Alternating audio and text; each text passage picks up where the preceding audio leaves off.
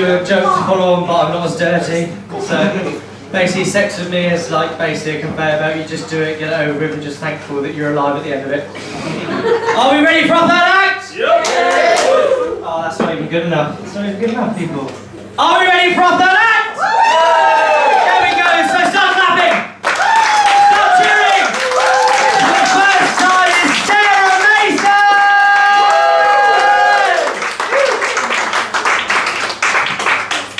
Oh, don't stop there. Keep going.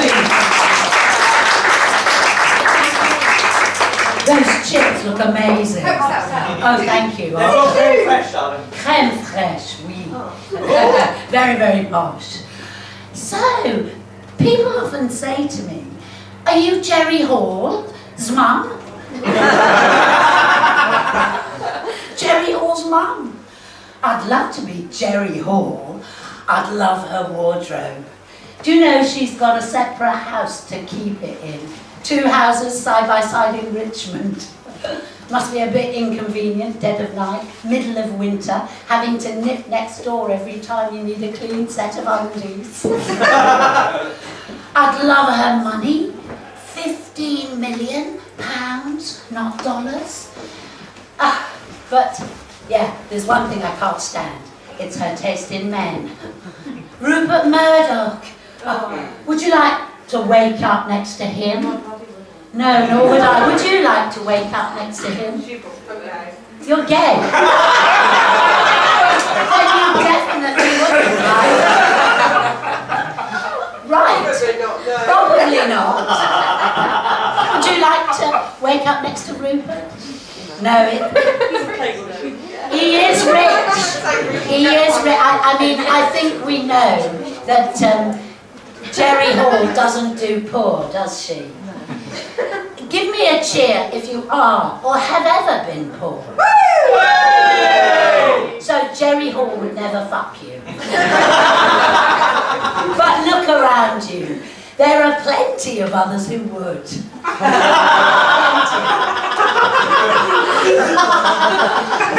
But if I could beam Jerry Hall down here, in the words of lovely Mrs. Merton, I'd say, now tell us, Jerry, what first attracted you to 85-year-old billionaire Rupert Murdoch?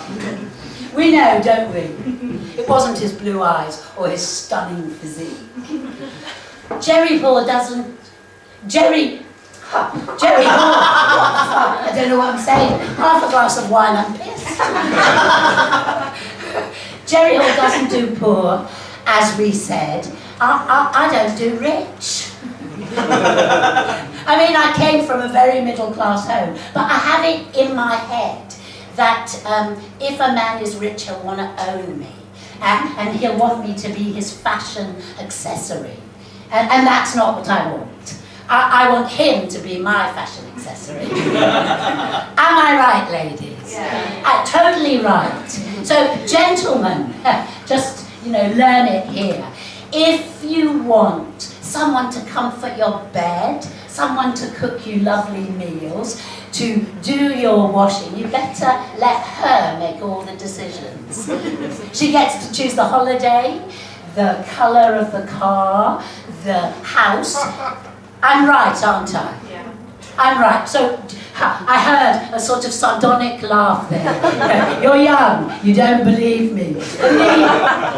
If you want Nookie, you'll let her make all the decisions. You see? Exactly. So that is why I don't do rich. Is because if a man's poor, I think perhaps he might love me for myself. And of course I have a bit of money. But I'd rather he loved me for my money than I loved him for his money. Right? Anyway, back to Jerry, enough of me, and back to Jerry Hall. I don't think much of her previous husband, Mick Jagger. I hate men who are skinnier than me. I don't want to feel like a whale when I'm on top of him, right? And you wouldn't want to get on top if he were that skinny, right?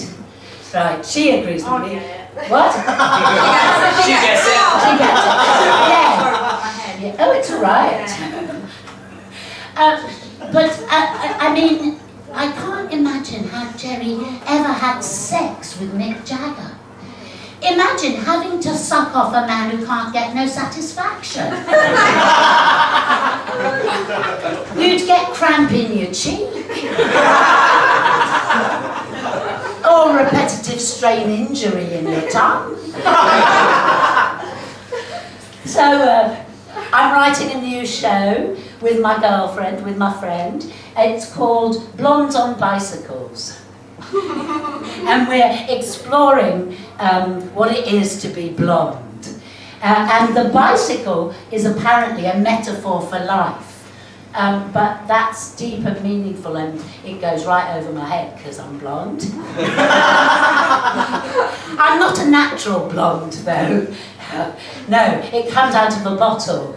But it has taken me many years to develop my blonde personality, you know, and there's no way I'm losing that. It's part of who I am. Now, my daughter, who is a brunette, and all through her childhood, she always said to me, "Mum, why don't you grow your hair out?" So finally I did. But I was clinically depressed. And that's why I grew it out. And as I grew it out, and it grew darker, and the blonde was on the tips, I lost my blonde personality because I was depressed. I was so, you know, when you're blonde, you can make jokes, you can be sexy, you can pretend to be stupid. Pretend to be stupid, because that works, but when you're clinically depressed you can't do any of those. And eventually I got better, and then I dyed my hair blonde again. It took ages to get it back, you know, because there was a big stripe down it. But, so here's my blonde personality back! So, yay! Oh, thank you. Now, but I wanted to talk to you about some of my friends who are blonde, and some of their experiences about, you know, maintaining their blondness.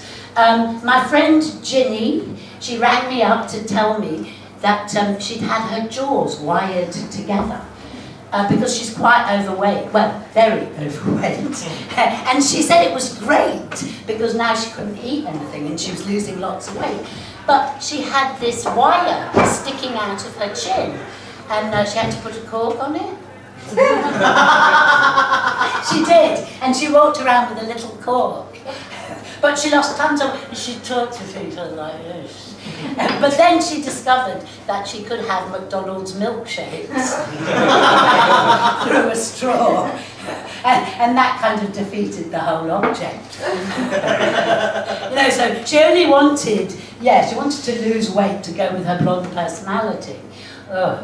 Now, my other friend, Yvonne, she had injections of HCG, that's human, oh, excuse me, let me get this right, human coriander,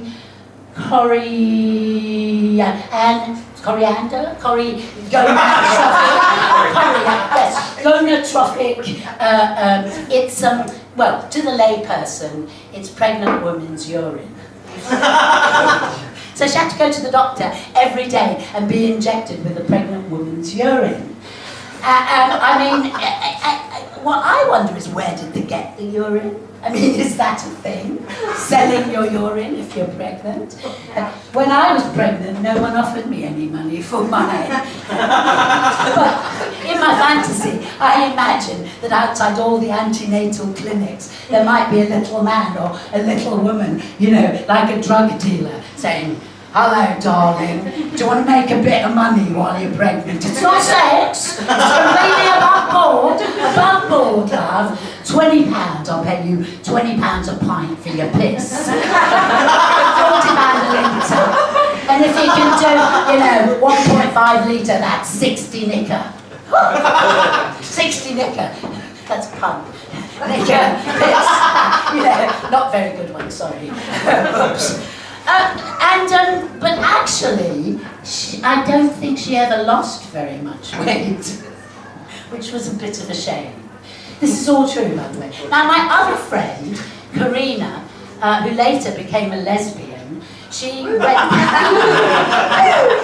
She went to Harley Street and got injections in her bottom.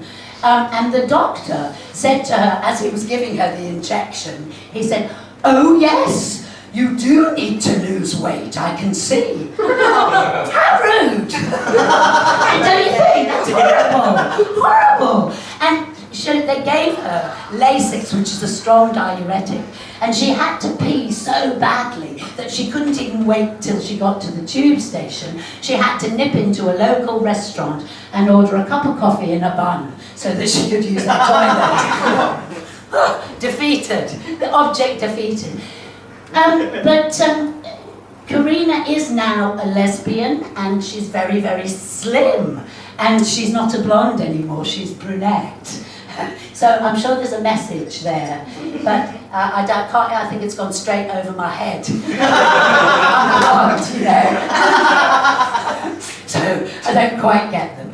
So I want to tell you a blonde story about my life. I went on tour in a show in Australia with a group, a theatre group, and on the way back I decided to travel through Southeast Asia. And I was travelling with a couple of guys, and they kept saying, "Where do you want to go?" And I kept saying, "Krakatoa, the volcano," because I have a real thing about volcanoes. And they kept saying to me, "Oh, there's nothing to see, it's under the sea, it's just a little rock." But I begged to go. So finally, one day, they said, "Okay, today's the day we're going." Well, you have to get to the furthest point of Java, and then you have to rent a boat to go across the sea.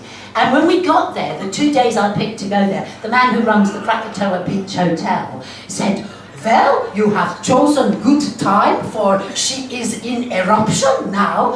We are having a lot of depress." And so the next day we rented our boat, and yes, it was erupting. It was a big mushroom cloud and lots of lava. And in the boat, I was just looking at this thinking, fucking hell, my prayers, everything has been answered. I wanted to see the volcano, but I never dreamed it would be, you know, in full volcanic eruption. Well, they drop you off. They don't take you all the way to the island. They drop you off in the water, and you have to swim the rest of the way. Because they remember that Krakatoa destroyed their whole civilization. So I'm swimming in my long halter net, even, you know, long dress, very handy for swimming.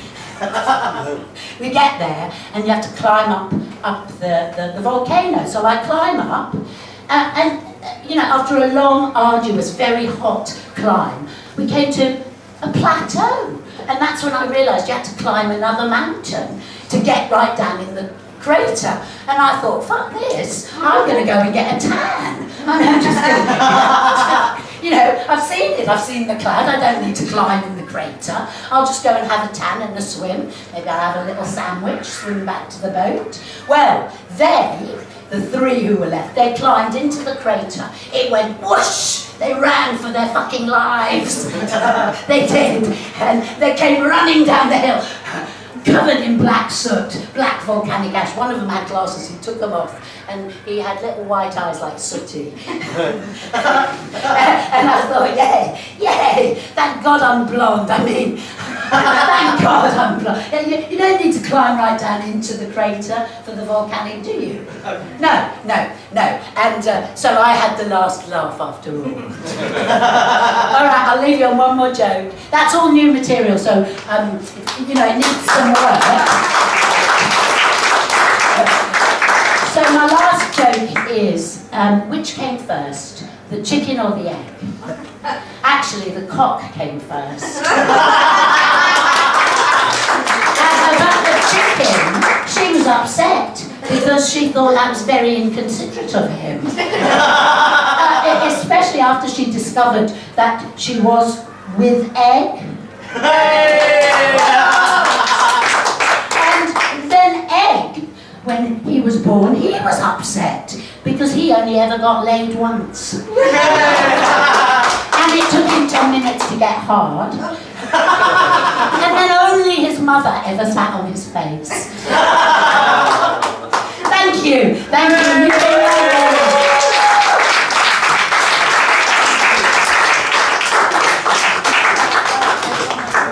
Give it up one more time for Sarah Mason! Did we enjoy that?